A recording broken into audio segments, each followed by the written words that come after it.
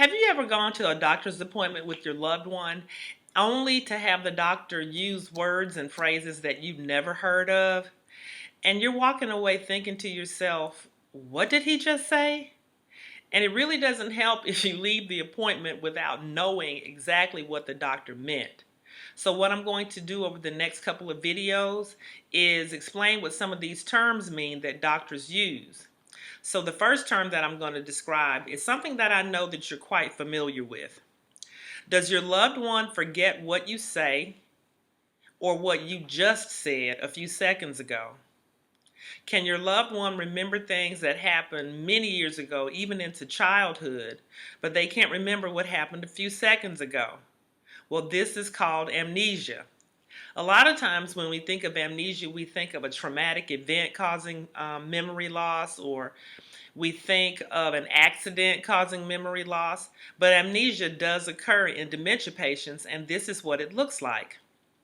Amnesia in dementia patients initially affects short-term memory, but leaves long-term memory intact.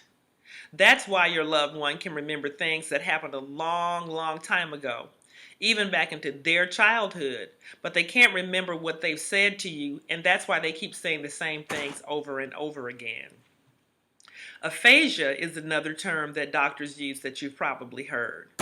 It's spelled A-P-H-A-S-I-A, aphasia. Have you ever been listening to your loved one and what they say just absolutely makes no sense? It's like gibberish. And I don't mean it doesn't make sense from a logical standpoint. It's more like a word salad. They're just putting words together and they make absolutely no sense, and they have nothing to do with the conversation or what they need from you. Your loved one thinks that he is saying something or that he's making sense and he's trying to make conversation, but the words that come out just don't make any sense. Like I said, it's just gibberish. This can also happen in reverse. So aphasia not only affects what your loved one is saying, aphasia also affects what your loved one understands that you're saying. You could be saying something to them, and what you're saying makes absolutely no sense to them. Aphasia basically causes problems with what's called receptive language, their ability to decipher what you mean, and expressive language, their ability to say what they mean to say to you. In their minds, they're saying exactly what they mean, but to your ears, it doesn't make any sense. Another term is apraxia. A-P-R-A-X-I-A. Apraxia. Now, any skill that your loved one has been doing all his life, but he can no longer do, is caused by apraxia. Apraxia is the inability to do pre-programmed motor tasks or activities of daily living. These motor tasks involve getting dressed. You got to think about it. It requires a lot of motor skills in order to be able to get dressed. Fine motor skills to button and zip, and gross motor skills to pull on pants and put shirts on. It also affects things like the ability to brush teeth and to bathe. Dementia causes you to unlearn these skills. And the final A term that I'm going to cover today is agnosia. A-G-N-O-S-I-A. Agnosia. Agnosia is the inability to interpret signals from the five senses. So, for example, your loved one might not recognize you or a familiar object. That's called agnosia.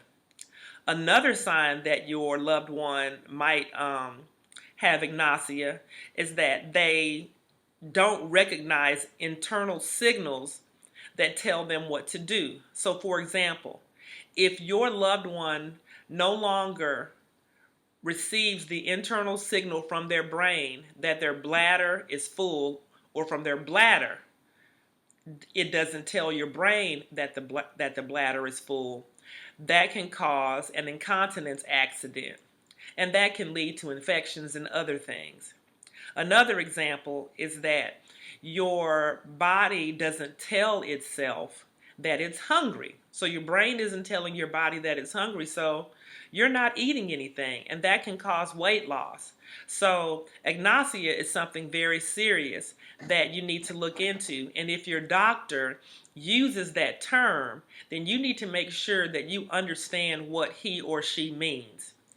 When doctors use terms like this, it's okay to ask them to put those terms in plain words. Usually, what I say when a doctor uses a term that I don't quite understand is I say, okay, I need for you to explain this to me as if you were explaining it to your mother.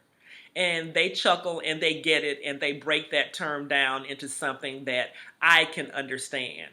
Another thing that they do is sometimes doctors will look at you instead, about your, while they're explaining your parents or your loved one's condition, and they won't look at your loved one.